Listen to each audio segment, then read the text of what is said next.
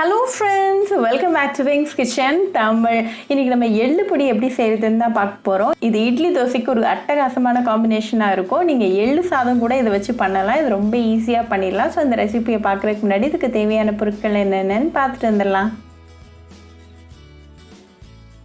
ஒரு பேனை சூடு பண்ணிக்கோங்க. அதில் 1 கப் கருப்பு எள்ளு சேர்த்துக்கோங்க. இதை ஒரு 10 நிமிஷம் நல்லா லோ ஃப்ளேமில் வந்து ரோஸ்ட் பண்ணுங்கள். இந்த எள்ளெல்லாம் நல்லா வெடிக்கிற வரைக்கும் நல்லா ரோஸ்ட் பண்ணிக்கோங்க.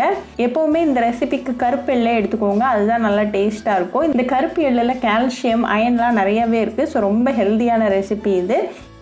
இப்போ 10 நிமிஷம் ஆயாச்சு. நம்மளோட எள்ளு எல்லாம் நல்லா வெடித்து நல்லா ரெடியாக இருக்குது. ஸோ இந்த ஸ்டேஜில் வந்து இந்த எள்ளை ஒரு தட்டுக்கு மாற்றிக்கோங்க. இப்போ அதே பேனை திருப்பி சூட் பண்ணிக்கோங்க. அதில் 1 கப் உளுந்து, அப்புறமா 10 காஞ்ச மிளகாய். உங்களுக்கு காரம் கம்மியாக வேணும்னா நீங்கள் கொஞ்சம் கம்மியாக சேர்த்துக்கலாம். அப்புறமா ஒரு 2 டேபிள் ஸ்பூன் அளவுக்கு கருவேப்பிலை சேர்த்துக்கோங்க. நீங்கள் நல்லா தாராளமாக கருவேப்பிலை இலைகள் சேர்த்துக்கலாம். ஈஸியாக உங்கள் குழந்தைங்களை கருவேப்பிலை சாப்பிட வச்சிடலாம். எல்லா இன்க்ரீடியன்ஸையும் ஒரு 10 நிமிஷம் போல் நல்லா லோ ஃப்ளேமில் ரோஸ்ட் பண்ணிக்கோங்க. நம்மளோட உளுந்து நல்லா கோல்டன் ப்ரௌனாக வர வரைக்கும் நல்லா ரோஸ்ட் பண்ணி விட்டுருங்க.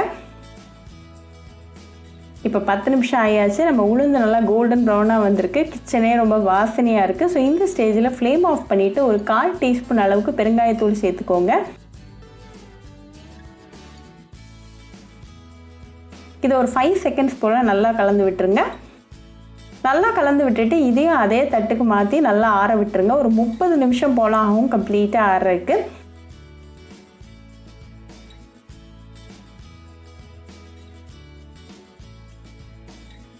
இப்போ 30 நிமிஷம் ஆயாச்சு. நம்மளோட எல்லா இன்க்ரீடியன்ஸும் நல்லா ஆறி சூப்பராக இருக்குது. ஸோ இதை ஒரு மிக்சர் ஜாருக்கு மாற்றிடலாம்.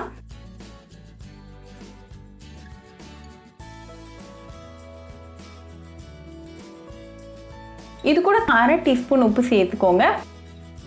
இது நல்லா ஒரு ஃபைன் பவுடராக அரைச்சி எடுத்துகிட்டு வந்துடலாம். இது நீங்கள் இட்லி இல்லாட்டி தோசை கூட வச்சு சாப்பிட்லாம். அப்படி இல்லாட்டி எள்ளு சாதம் கூட செஞ்சு சாப்பிட்லாம். இது நீங்கள் ஒரு ஏர்டைட் கண்டெய்னரில் போட்டு 2 மாதம் வரைக்கும் வச்சு சாப்பிட்லாம். ரொம்பவே ஈஸி அண்ட் ரொம்பவே ஹெல்த்தியான ரெசிபி. ஸோ கண்டிப்பாக இந்த எள்ளு பொடி ரெசிபி உங்கள் வீட்டில் ட்ரை பண்ணி பாருங்கள். ட்ரை பண்ணிவிட்டு எப்படி இருந்துச்சுன்னு எனக்கு கமெண்ட்ஸில் சொல்லுங்கள். இன்னொரு சூப்பரான ரெசிபியோடு உங்களுக்கு பார்க்குற வரைக்கும் பாய் ஃப்ரெண்ட்ஸ்.